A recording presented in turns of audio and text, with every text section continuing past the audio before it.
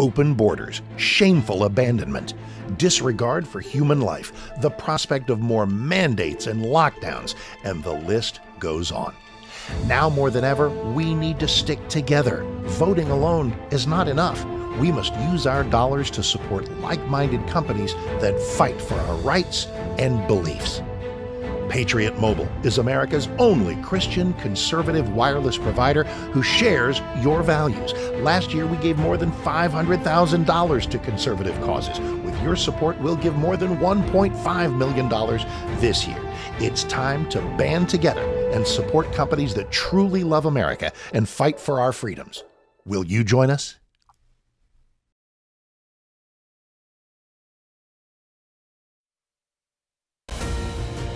This is Kentucky's Voice Radio, covering the latest state and local issues with Tom Fallbush, Bob Scott, and Jim Waters. All right, welcome to the program. I'm your host today, Tom Fallbush, with my co-host Debbie Robbins and, of course, Bob Scott, who's on the line. Whoa. Yeah, we're going to start the open twice because it's such a good show. We're going to double up the fun here. So welcome to the program today. We hope to have T.J. Roberts on with us. We're waiting for him to dial in. But, of course, getting these state reps, on the program, we found this time of the year, this time in history, it's difficult.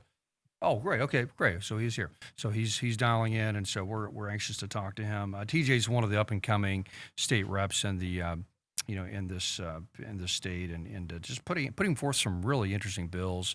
Kind of has his thumb on the pulse of sort of the MAGA populist sort of approach to things, and so we're really glad to have him. He's really big on immigration, just a lot of cool bills. And so, okay, we'll go. Hey, TJ, we're going to bring you in. So welcome to the program. Thanks for being on. I know it's been a busy time down there in Frankfurt with everything, so we appreciate your time. So we wanted to go over and talk about just some of the bills you've presented.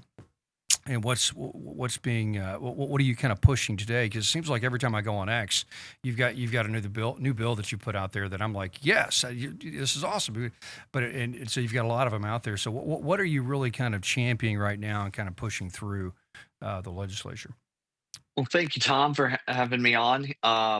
Few of the things that I've been able to get through, one is already on the governor's desk and two's in the Senate. And I have a few more that I'm working on. And I did just file something today that I would love to discuss as well.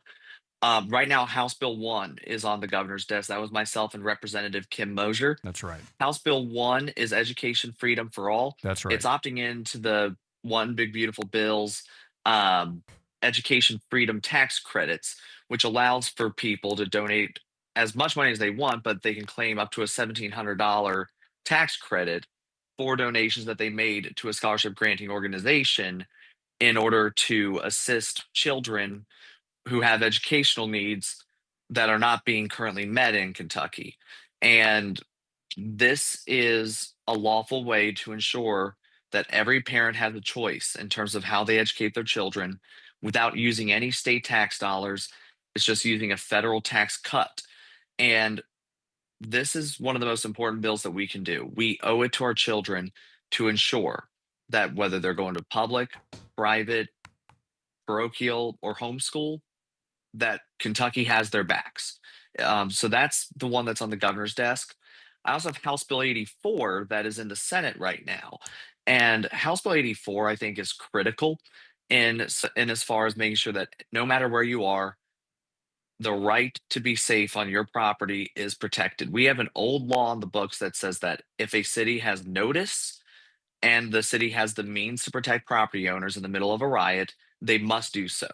And if they don't, and you're an innocent bystander and you or your property is damaged in that riot, you can sue the city for the damages. But our Kentucky Supreme Court held that that law, for some reason, does not apply to Louisville. House Bill 84 just makes clear that this applies across the board to all local governments. It's a very simple fix.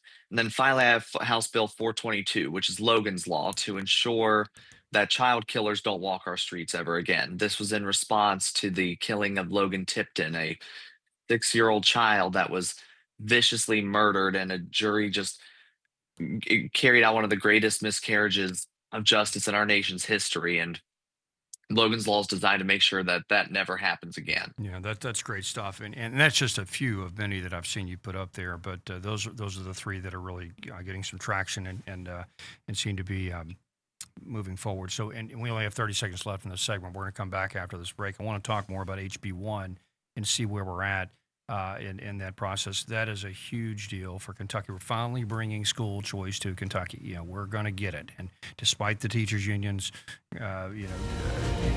obstructionism, we're going to have this, and it's thanks to legislators like you. So we'll be right back here at Kentucky's Voice with TJ Roberts, and we're going to unpack what's going on in the current session. A lot of cool things, and this guy's one of the reasons. So we'll be right back.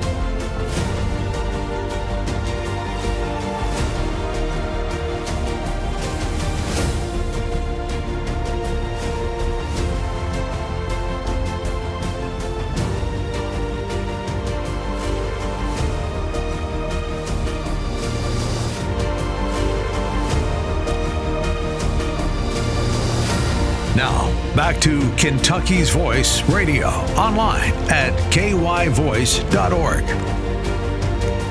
All right, welcome back to Kentucky's Voice. I'm your host today, Tom Fallbush. We also have Debbie Robbins and Bob Scott, and we also have you, because we want you to participate in this program, and here's how you can participate. You can use your phone. You can text us questions live while we're on the air. We produce this program every day, Monday through Friday from 11 to noon.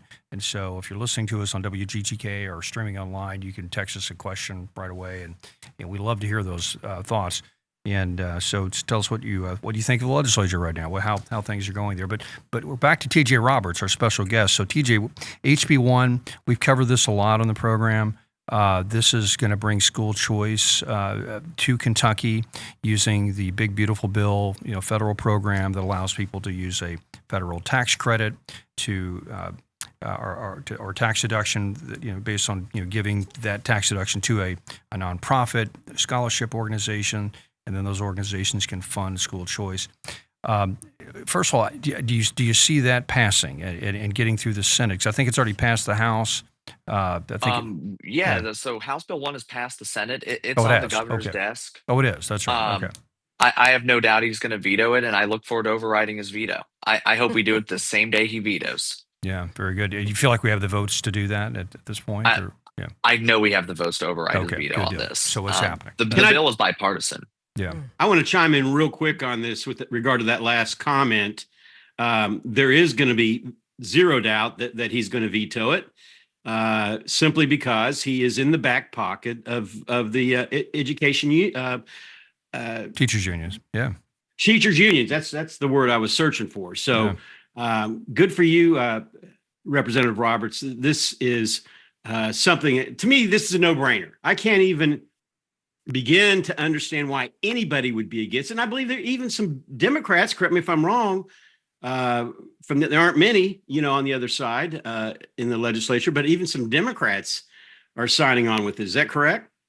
That's correct. In the House, 10% of the Democrat caucus voted yes on this bill. In the Senate, it was 1/6 of the Democrat caucus voted yes on this. So this is a bipartisan bill. And also, to that point, every public school educator that's in the General Assembly voted yes on this bill. Every single one of them. That's wonderful. Because this actually benefits every student, no matter where you go to school. That's great. We see better performance out of public schools in states that have choice. Just plain and simple. I have a quick question. Is this, when you say that it is it's a tax credit. Is this permanent? Like even after President Trump is out of office, is this a permanent tax credit? Or because the Supreme Court here in Kentucky, struck this down a couple weeks ago foolishly, the law that you all had passed. And so is this permanent? So this is permanent so long as Congress continues to extend these. Now, I am hopeful that this will be a permanent thing, but that's one of the reasons why it's so important that we make sure that the House and Senate remains red. And that's because if we lose the House and we lose enough votes in the Senate, every provision of the big beautiful bill, whether it's the provisions you love, the provisions you didn't love so much. Personally, the school choice provision is easily in my top 5 provisions of this bill. And there are Democrats in Congress who don't oppose that specific provision, but they're not going to be looking to make policy. They're going to be looking to exact revenge. So it's permanent until Congress repeals it, and I'm hopeful Congress does the right thing and keeps it on the books forever. Oh, that would be great. I've got a fun clip I wanted to play. I found this on X the other day. It was you and Senator Moser, or maybe no, actually Representative Moser, and he asked a question about some of the tax implications of this. And so, Mr. Producer, I'm going to play this right now. And do we have? So therefore, the state treasury then would not receive your tax liability of $2,800. All that the state treasury would receive would be $1,100. Isn't that correct? That is not correct under subsection B2 of the statute, where it makes clear that for an in-state, this is not to be applied to your gross income on that, so your tax liability remains the same. That's further mentioned in subsection E of 26 U.S.C. 25F to make clear that for in-state, it is not a charitable contribution for purposes of calculating gross income.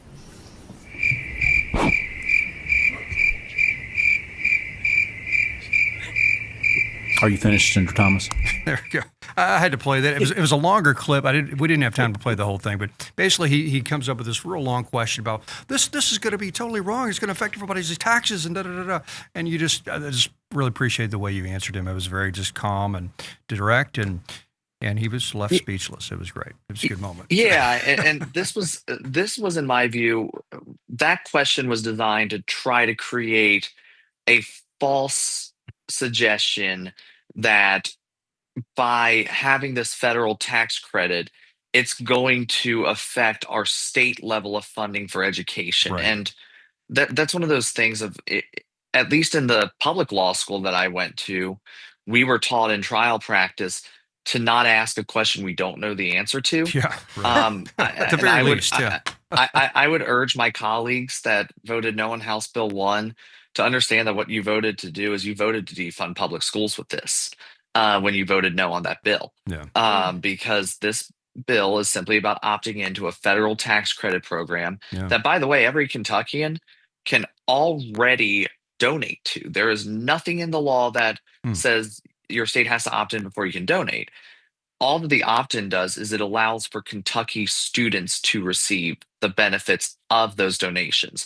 So I can already donate to an SGO in Colorado and Indiana, but I don't want to. I want to support a Kentucky student.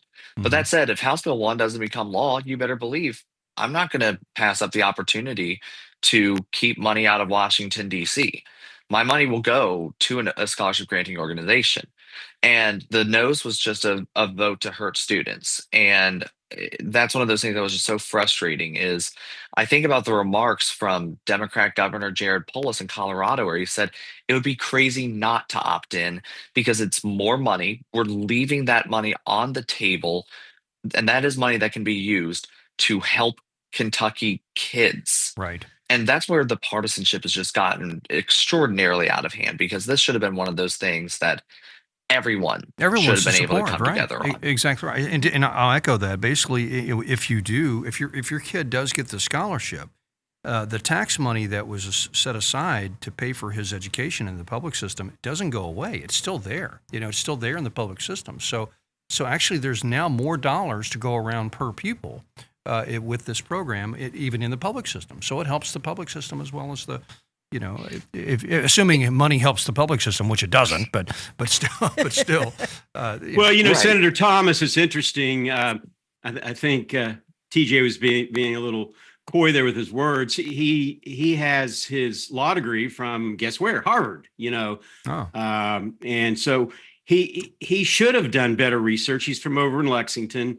It was a bit ridiculous, but they do it all the time. Again, we know the Democratic Party as a whole tends to operate and play the fear card, and the doubt card, that it's going to cost us in some way, if we do this. And as I see it, and I'm not the brightest guy in the world, I'll be the first to admit it. My wife will agree with that.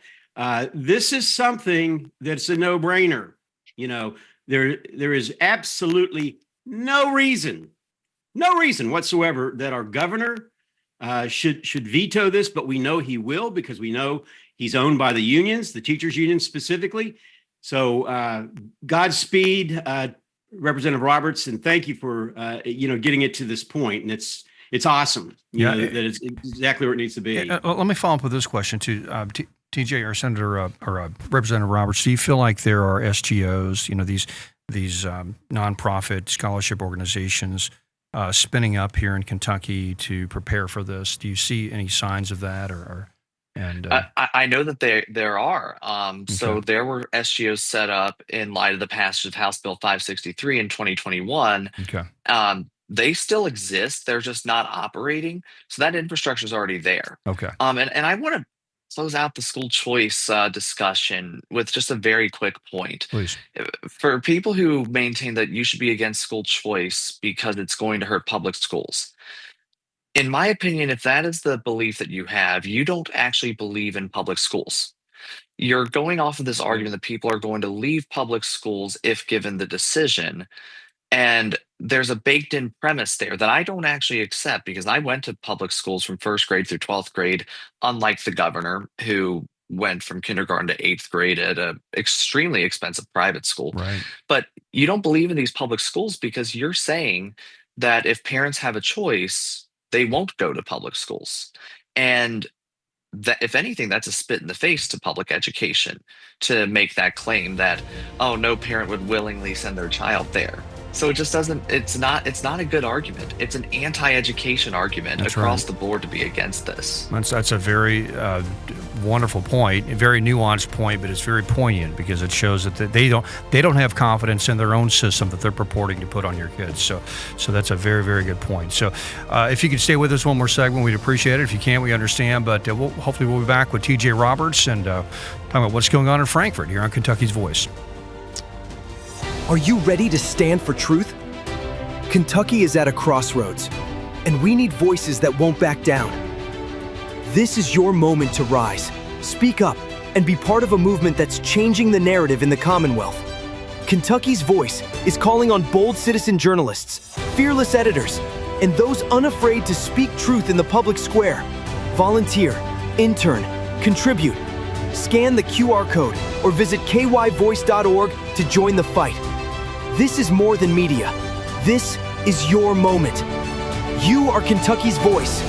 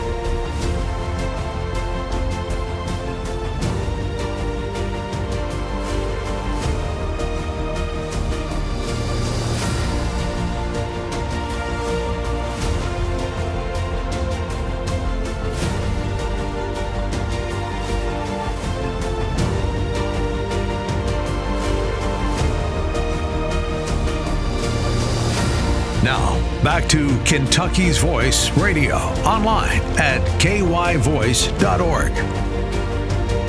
All right, welcome back to Kentucky's Voice. I'm your host today, one of your hosts today, Tom Fallbush. We have a great guest today, TJ Roberts, Representative TJ Roberts. He's putting forth a lot of interesting bills in the legislature in Frankfurt this session, and I'm going to go right to this one that I think is one of the funnest. And as a Kentuckian, everybody here, this state was founded by Daniel Boone, right? It was founded by hunters, founded by people that appreciated firearms, right? I think all of us in the crib were kind of. If you're a Kentuckian, it's in your blood. We like our shooting and our shooting sports and hunting and all that, and Second Amendment for other reasons. So TJ, I think you're putting forth a bill to legalize full auto weapons, full auto machine guns, basically, and which. And let me say this before you get into it too much, which I think it's about time. Technology has changed enough to where you have these force reset triggers now that are available for even semi-automatic weapons. So they're practically, the NFA, the National Firearms Act, is basically irrelevant now with a lot of the newer technologies out there. So it's what's the point at the end of the day to even have a ban on this stuff? But anyway, what are your thoughts on that, and tell us how it's being received? Sure. So far, it's been quite well received. I've got a few co-sponsors on it. So House Bill 749 uses a provision under federal law that specifically says that state governments can sell machine guns to their citizens who are otherwise lawfully able to own a gun. And this is notwithstanding this is notwithstanding the 1986 Hughes Amendment. So it doesn't matter when the machine gun was manufactured either.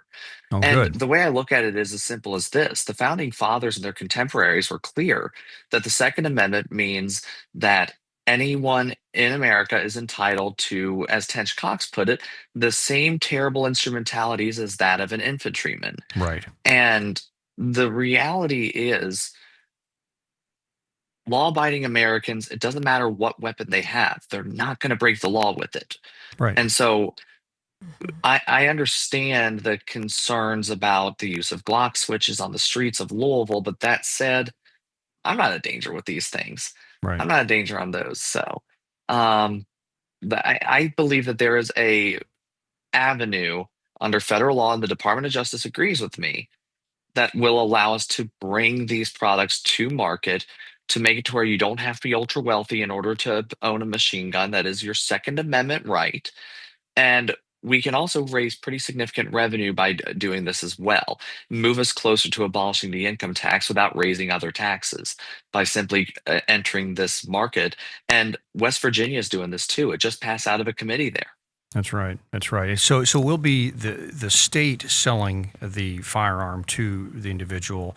And will the firearm still be owned by the state, or will it be owned by the individual? I think in West Virginia, it's like a lease model, right? The state is leasing it to the person or something. But is that how that works here? So theirs is a lease model. Mine is a sale model. Okay. And I'm good with either, because it would practically be the same thing. You still have a property interest in it. That's right.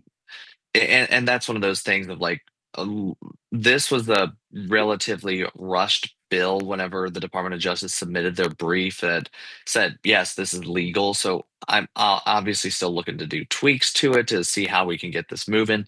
Ideally, I'd like to get this passed in the 2027 session, especially, so that way we can actually start to restore the Second Amendment rights of Kentuckians. Beautiful. All right, Debbie, lock and load. Here we go. This is going to be great. This is going to be a good moment for. Hey, I'm a girl here, so I told them last week I took my very first shooting lesson ever, but I and she really was good, appreciate. actually. Yes, and so from what I'm understanding, has this been an interest of people that have approached you about this, or is this mainly to help us out with tax incentives? But of course, I'm totally Second Amendment rights oriented. So would you mind just elaborating one more little bit? Sure, yeah, and this is a both and for me. So for one, I ran on absolutely with no compromise protecting the Second Amendment rights of Kentuckians. And so that is part number one, and that is priority number one for me. But I also ran on getting us into that position to where we can finally abolish the income taxes without tax trade-offs. And this isn't a tax because it's just a simple entering the market where the state itself is the seller.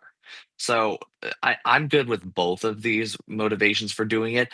One of the things that I've always said to colleagues, I'm not concerned about why you're voting yes or no on these bills. I just care that you vote yes or no. If you're doing it for the Second Amendment reasons that I care about, great. If you're doing it about the revenue area, also great. A yes on the voting board is a yes on the voting board. It doesn't say yes and here's why. Good deal. We have about 4 minutes left, and I want to make sure we get to a couple other topics here. And so, Bob and I and Debbie were talking about a lot of immigration issues over the past few episodes, and you sponsored a bill that forces the state police to work with ICE, and so and some other bills related to that. So, can you share what's the progress of those those efforts, and what's the point of those bills? Yeah, House Bill 47, it requires KSP to enter into a 287G task force model. So what this does is it makes it to where KSP receives training from ICE, and upon completion of that, they are able to access the Department of Homeland Security database. They're able to issue immigration detainers themselves. They're also able to take illegal immigrants to immigration facilities for deportation as well. So there's several benefits to this. For one, more access to more information so they know who they're dealing with when they encounter a suspect better. Number two, it ensures a good partnership with the fact that a nation without borders is not a nation at all, and that we are able to do this. And it sends a message that we as a Commonwealth care about the integrity of our borders. Further, there's a residual benefit. I didn't really care about this until I saw how much of local government budgets are going toward our jails. It helps clear out our jail population, so that way we can actually, so these folks aren't getting 3 hots on a cot every day while we're waiting for a federal agency that only has 20,000 agents to come down from Chicago to pick someone up, where we can get them out of Kentucky faster so they're no longer a burden on our tax base. And that's one of the things. ICE only has 20,000 agents. We envisioned in the 1996 INA that state and local governments can partner with us, with the federal government, to be able to take this on, particularly with the criminals, because that's one of the issues, right? The immigration enforcement duties only kicks in the scope of the daily duties of KSP. And that's why I focus on KSP in the bill. The big problems we see with illegal immigration in terms of crime area is human trafficking and drug trafficking. Our highways do that. Who's the agency responsible for overseeing our highways? KSP. Gotcha. And I also made it to where if a local department enters into a 287G task force program, which, by the way, I would encourage it because there is significant federal funding attached to doing it with almost no strings attached, it waives the training requirement for those officers for our state level training. So they take the federal training. That's enough to satisfy that year's state training requirement. Quick question. I have a friend who met someone in the sheriff's department last week, and he told him, he said, if I stop someone and they're an illegal alien, I can't even, if they have a license that's not valid, I can't arrest them. I can't do anything about it. That's infuriating, and that's here in Jefferson County. Why is that happening? And I appreciate this being the Kentucky State Police, but it really needs to be our local also as well. So by the way, for Harrison County, they are more than welcome to enter into a 287G program right here, right now. My bill just creates more incentives to do so. So whether House Bill 47 moves or not, if there's a law enforcement officer who has sway with their head of their department or their city council or their elected sheriff, they can contact me at 859-446-0185, and I will connect them with the Intergovernmental Affairs Director at ICE so they can get into a 287G program and get this federal funding and get access to this means to make Kentucky a safer place. I am more than happy to do that. Wow. Wonderful. Well, great. Thank you. Well, TJ, thanks for being with us today. Godspeed. We're going to encourage our viewers to call and support your bills. So we'll do that after this segment. So we'll talk to you soon. Thanks for being on Kentucky's Please Voice. come We'll be right back. back.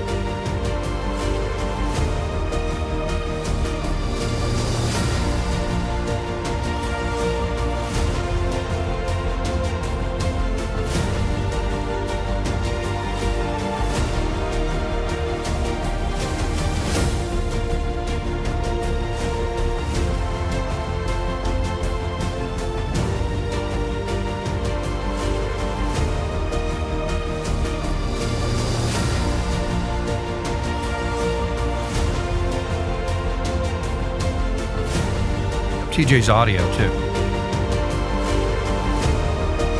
Okay. Bob, drop yours.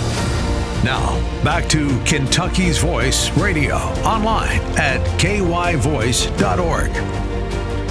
All right, welcome back to Kentucky's Voice. We just had a great couple of segments there with TJ Roberts, and we were able to convince him to stay one more segment. So we got one more segment, and we actually have a bunch of texts that have come in from the viewers. So we thought we'd just go right to those because a lot of what he's putting forth are very popular ideas and concepts and issues, and so a lot of questions coming in. So we encourage you to send your question 502-571-0970, 502-571-0970, and Bob, we're going to go to you. You can fill those questions for TJ. Yeah, one of the questions that came in, and again, thank you for taking the time to text this into us. They were wanting to know the bill number for Logan's Law. They were very interested in that. So if you could share that with our listeners. So House Bill 422 is Logan's Law, and just a quick rundown of what it does. It actually adds sanity to our insanity defense, where we had the loosest insanity defense in the entire country. It bans split verdicts, requires consecutive sentencing for violent crimes that carry multiple victims, and it also finally allows juries to sentence intentional murderers to life without the possibility of parole, regardless of the presence of aggravators. Kentucky was one of the few states where if you murdered someone, you could not get life without parole unless there was an aggravator, which is insane to me. I think killing a Kentuckian is aggravator enough. So that's just a very quick rundown on that. It also prevents early release for violent felons who are denied parole. And what's your feeling about that law actually making it through? I mean, we passed it out of the House with only one no vote. More than a majority of the House of Representatives co-sponsored the bill. I like our odds. We've just got to get it rolling in the Senate. Okay. And next question, I'm going to do my best to decipher this, but it says, if and when Metro Louisville becomes responsible to reimburse property owners for damage from protesters, it will be paid for by taxpayers. Is this a good reason for voters to elect a mayor that will protect their property by way of controlling protesters with law enforcement? Absolutely. I mean, and that's the entire problem that in the scope of my practice, I take on a lot of cases against local governments, and part of me gets uneasy because I'm like, ultimately, this is going to be the taxpayer. But that's where qualified immunity is an issue with the individual actors being shielded from liability. But with the taxpayer one, yes, in my view, if we as a taxpayer base don't want to be held on the hook for these issues, we have to get better at electing people who are going to respect the Constitution, who are going to respect the laws of the Commonwealth. And the reality is this: these businesses have to have recourse somewhere. Exactly. Absolutely. There's And I yeah. do have another question Go after ahead. this comment. Actually, two more questions to come up. This was from one of our listeners. The DEM was a testament to public education's efficacy. Then they made a statement: burn the system down. So, what's your thoughts about that? I mean, yeah, I mean, this is one of those things it's interesting because that goes to my point. Everyone has different education needs. A whole lot of students are going to be just fine in public schools. A whole lot of students will be just fine in private schools, homeschool, parochial, but no universe will create a singular school system that works for every student. And that's why I believe that parents ultimately need to be in charge of their child's education. And House Bill 1 draws that balance to ensure everything is in good shape on it. And, I mean, I went to public law school, and the senator went to private law school. And I think we saw there, at least one of us knew to read federal law before There we trying go. to opine about it. And the final question, and this has been a series of hot debate, even amongst us as a team. We're all strong Trump supporters, all of us. I know you are as well. Okay. Mhm. I also know that you're probably one of the strongest Thomas Massey supporters out there. Here we go.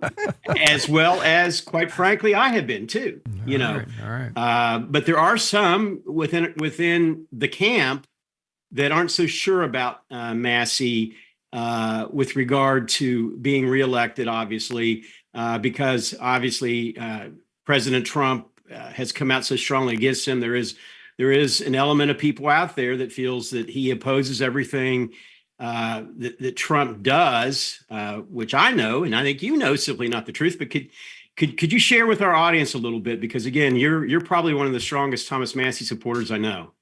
Yeah. So when I almost went to jail for going to church, thanks to this lawless governor that we have in Kentucky, I was truly alone. I had Daniel Cameron as AG helping out a little bit on the side. I had Savannah Maddox trying to push legislation to put a stop to this. Otherwise, I was alone, except for one voice at the federal level, and that was Thomas Massey.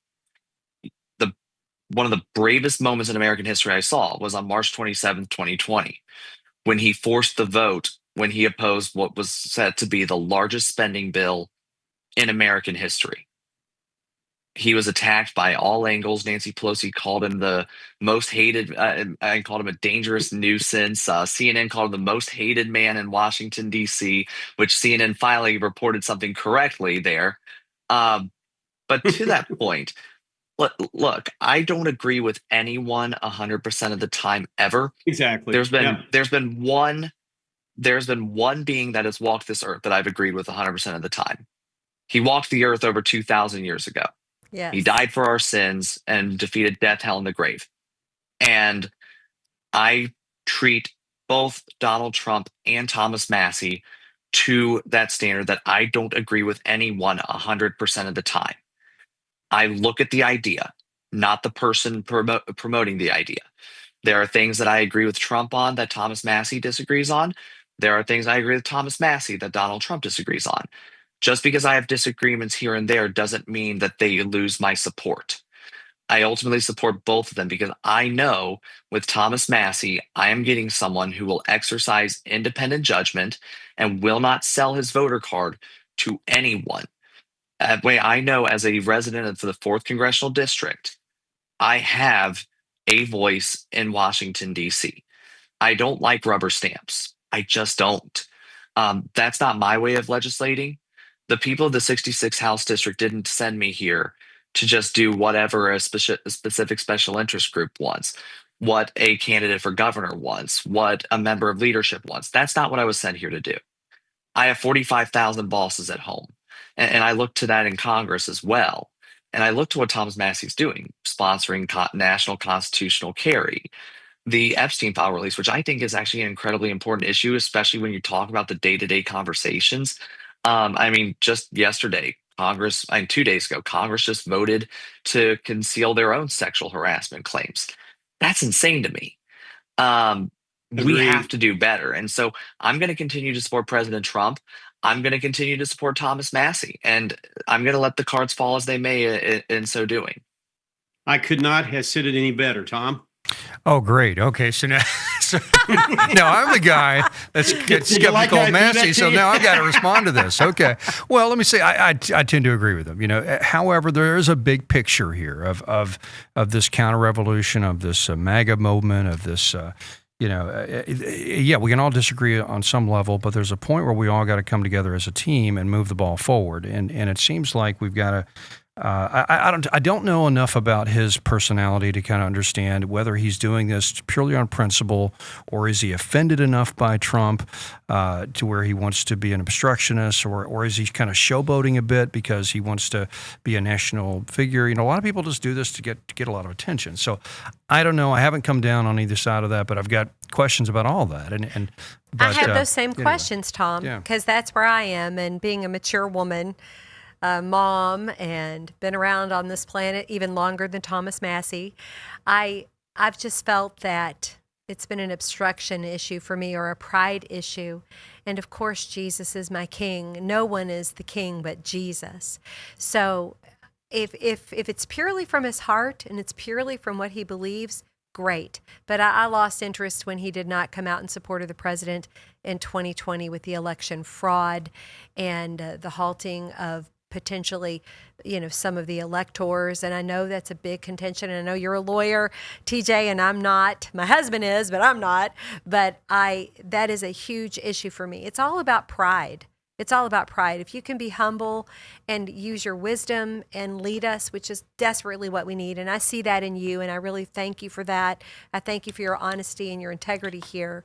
And I'm so thankful that you're in the position you are. And just don't ever forget, you said, you have 45,000 bosses. That's right. You're right. We're not going to make this a tag team wrestling match No, today. we're going to not. let TJ have the last word on this. Yes. So TJ, back to just if you want to. Yeah, just a really quick thing to that question, because I've known Thomas for years. He doesn't take things personal.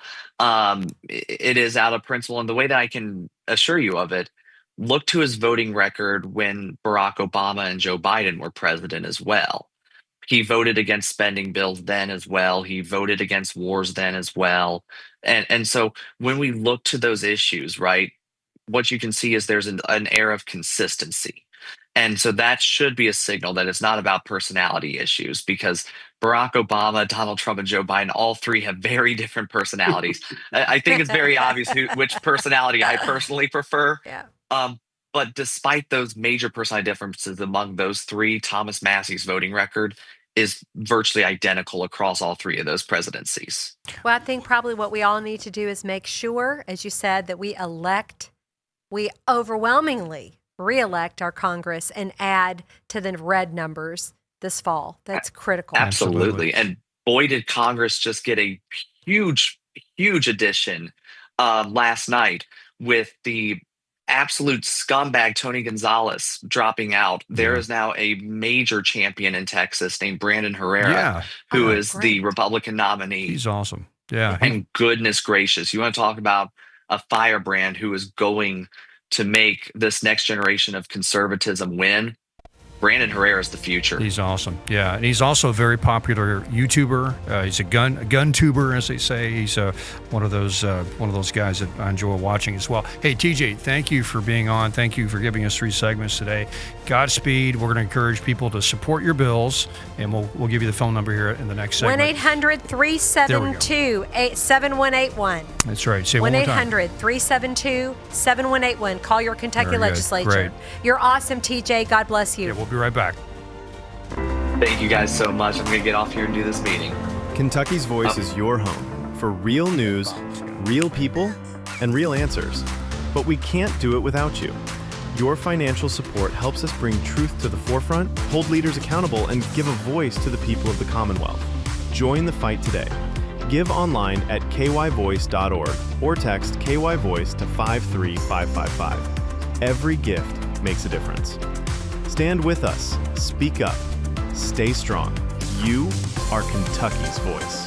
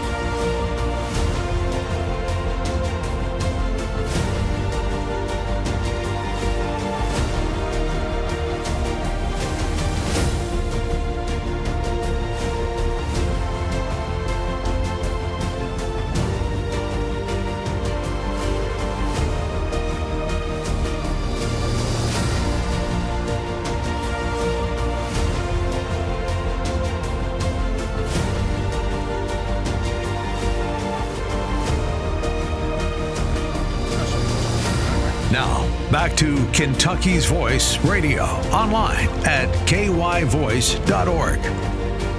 All right, welcome back to Kentucky's Voice. We want to appreciate T.J. Roberts for coming on. Remember, call this number. We want this show to be more than just entertainment and information. We want it to inspire you to do things. We want you to be an activist, because that's the only way we're going to change things. If you stand up, you, the grassroots, stand up and do something. That's how we're going to save this country, is you and I doing it. And I'm not a professional broadcaster. I don't do this for a living. I just do a lot of sales and business stuff. But we're learning how to do this because we know somebody's got to do this. Somebody's got to do this locally and have a voice for Kentucky, because, these big corporate media entities aren't going to do this. So you got to do something too. You got to call. Very least you can do is call Frankfurt and support some of these bills. So here's a phone number: 800-372-7181. 800-372-7181. Call and say, I want to support T.J. Roberts' full auto bill, support his Logan's bill, which is 422. Logan's bill 422. What was HB 539, which is Bill Wesley's Sharia bill. And what was the let's see, what was HB 1? Well, actually, it's already passed. That's already done. That's on the desk. It's done. Okay. Well, have them support the overriding, the HB veto. 84 to be safe on your property. Safe on exactly, HB 84. But anyway, just call and just support. You just describe the bills you're trying to support. You have to know the numbers to say, the bill that's talking about this, and they'll know what you mean. So anyway, we encourage you to do that. HB 539 and HB 867, don't want to forget it. It's a very important one that'll basically ban men from going into women's bathroom facilities. That's it. A lot. They need to hear you. Even though we have a Republican majority, they need to know that the public supports them. They get a little nervous when it comes to controversial issues because they know they're going to get bad press. And so they need to know that my base, Republican base in the state, supports this, so I'm going to be confident to make that vote. Because it's not enough just to put them in office. You've got to kind of put some wind in their sails to kind of get them to do the right thing. And so, so make that call. Okay, we've got a really good clip we're going to play. We want to talk about this after we play this clip. So this is about Mondani and socialism. So we are going to freeze the rent for more than 2 million rent-stabilized tenants, build housing for everyone who needs it. Anyone. To eliminate the fare on every single bus line. Free. And create universal childcare at no cost to parents. Free. So New Yorkers can raise their family in the city they love. A few moments later. In order to get to this point of closing the gap on both this fiscal year and the next fiscal year, we are forced to raid the rainy day fund, the retiree health benefits trust reserve, and to increase property taxes across these other years. So all right, so everything's free. We're gonna make housing affordable. Buses are free. Government controlled grocery stores. It's all gonna be low cost. And then immediately, like within months of getting elected, man, I'm really sorry. We need to raid hundreds of millions of dollars, whatever, from the rainy day fund. And we need to raise your property taxes 9.5%. What you're getting here is the greatest enemy of progressivism is reality. Christians need to get their head around this. Watch this. Not just societies, but cities. As godliness decreases, socialism increases. There is an actual spiritual and logical connection between those things. That is always true. Historically, globally, whenever godliness decreases, socialism increases. Why? There's two reasons for that. First of all, when you subtract God from a society, then the government becomes God. Somebody's got to be at the top of the org chart. You subtract God, government becomes God, and people start looking to the government to do what Christians historically trust God to do. You also notice this, that in every society, less God requires more government. When you have a nation full of Jesus worshiping, spirit filled, Bible believing, and Bible obeying people, guess what you don't need a whole lot of? Police. When you've got a nation that are spirit filled people, they're reading verses like, hey man, if a guy won't work hard and provide for his family, he's worse than an unbeliever, so get out there and have a Protestant work ethic. Guess what you don't need a ton of? Government welfare. When you've got a nation that's full of spirit filled people that they actually want to conduct their lives and their businesses with integrity and scrupulousness, guess what you don't need a ton of? Government regulation. Whenever there is a rise in godlessness, it requires a rise in government to stem the tide of rising evil that results from the godlessness. Less God always requires more government, and as godliness decreases, socialism increases. I will just point this out. The same people who laugh at you guys for believing in an all-powerful, all-good God, they think, man, if we just made the government all-powerful, it'd be all good. I just want to point that out, okay? So subtract God, government becomes God. There we go. And it can be summed up by this quote from one of our founding fathers. I think it's John Adams said this: "Our Constitution was made only for a moral and religious people. It is wholly inadequate to the government of any other." And that guy just summarizes it right there. If you don't have good people. That's Josh Howerton, who is the pastor of one of the largest churches in Dallas, Texas, Lake Point. And I love him. I mean, he's from Kentucky too, by the way. Go figure. There we go. You know, and just the guy speaks truth in such a simple, concise manner. And Tom and Debbie, didn't it strike you all? I mean, what really hit me of everything that he said, of course, everything he said was true, 100%. But where there is less God, there is going to be more government, more socialism, more communism. You know, that's going to come into it. But where you have accountability, where there is God, you know, in a society that's saying, yeah, if you're a man, especially, you need to work, you know, and go out and make a living to support you and your family, you know, and not taking free handouts.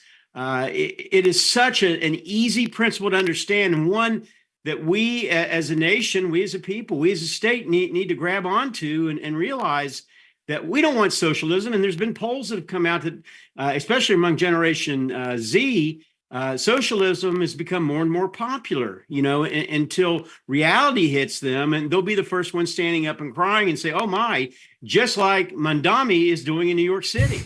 Raising taxes. Yeah, here's all this free stuff, but a few weeks later, well, we need some taxes raised to cover this stuff. And it's like 9.5% on your property. That's tax. right, 9.5%. Yeah, that's right. I was raised in a family. My dad was a self-made businessman. He came from Western Kentucky, from a little bitty town. He came to Kentucky or to Louisville, on a wagon with his parents when he was 14 years old. He's going to be 92 this summer. And he always inspired me because of his entrepreneurialism. And I want, and my son, he gets to talk with him about business. It's just so wonderful to know that in America, this is the place where we are free, where we need to make our own way. But absolutely, anytime, I see it all the time, especially with my Facebook friends, some of them that are on the liberal left side, it's just sad. It's truly sad that government is their God. It's Yes. very disheartening. And I don't and let me just understand. add on to what one of our listeners texted and said, Islam is not a religion. Listen very carefully to this. Oh. It's not a religion. It's a total control form of government. That's right. A lot like socialism. Exactly. Right. What Josh Harrington was just talking about. Right. Yeah. Oh my goodness. It's Absolutely. really Yeah, then another text came in and said, what Adams meant is not necessarily religion, is Christianity. He meant Christianity, because he knows that's what without America wouldn't have come from a Muslim religious tradition. It wouldn't have come from a Hindu religious tradition. If it would have, they would have developed a Republican democracy in the Middle East 200 or 300 years ago. Well, they didn't, because Islam doesn't celebrate that. It came from a Christian, Judeo-Christian heritage and Western heritage, and actually specifically English heritage, if you want to get real down to it. Something unique about the British Isles, the way freedom developed there, and and so we're very blessed to be descendants of that political and cultural tradition, and so when our founding fathers. Go ahead. Go ahead, Bob. No, they understood perfectly, the effects that Islam in general, from the standpoint of going after the Barbary pirates, who were Islamic Muslims that were pillaging, raping merchants in that part of the world back in the 1700s. And what did they do? We had the Marine Corps, and they sent the Marines, over to deal with that and bring some order and some stability, and I might even argue some good old fashioned moral Christian ethics and virtues to that part of the world. I just want to say again, I want to talk to the listeners again and say, this is about us. This is our nation. We are in the most beautiful nation on the planet. We've got to defend our religious freedom. I really want to implore you not to just be wherever you are, taking advantage of this day. I do too. I waste so much time.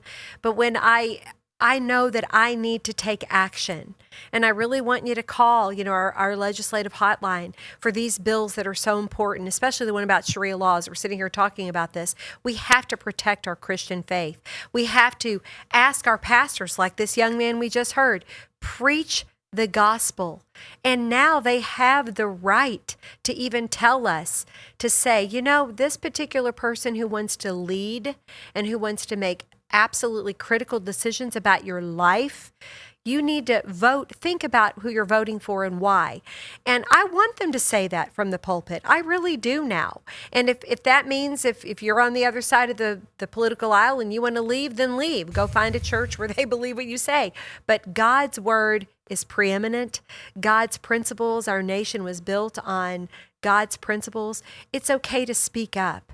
So speak up in a loving way or or even in a strong way. But I want you to listen to what we've been saying all week long, all of these issues. They really get my heart burning. And I love Jesus and I love the Word of God. But the people that make a difference in my life every day, where I can turn around and make a difference in others, they have to be held accountable. I want to be in a free nation where I can still share the gospel and not be afraid. So I want you call 1-800-372-7181.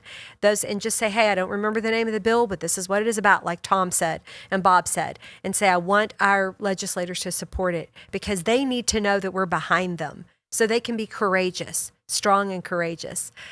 Okay, that's what That's great. About it. I love it. I love it. Self-government requires a moral people. That's the bottom line, and a moral and religious people. You can't just have morality without a religious tradition behind that, and a Christian tradition primarily, and because that's what it takes. And so because we're going to be governed one way or the other. It's either going to be because when you don't have morality in a society, things break down, and guess what people demand? They demand order. They demand stability. Mm-hmm. They will demand demand a dictatorship. They will demand authoritarianism, and they will demand Caesarism. You know, that's what happened in Rome. You know, we got so much chaos. We need a Caesar, boom, and then you get a dictator. So if you want to maintain your democracy, your Republican form of democracy, then you need a moral, religious people. So that's why you see as Europe has drifted away from its religious heritage. It's become more and more left-wing, more and more socialist. They're having less kids. They're inviting in Islam, and it's going to be a destructive future for them, unfortunately, because with all the strife that's going to occur. So hope it doesn't happen, but that's the way it's going. So let's not let that happen here. Anyway, God bless you all for watching the show or listening to the program, and we want to thank TJ Roberts. Thank you, Debbie. Thank you, Bob. And we'll be back next week on Kentucky's Voice. Call the legislature, 800-372-7181.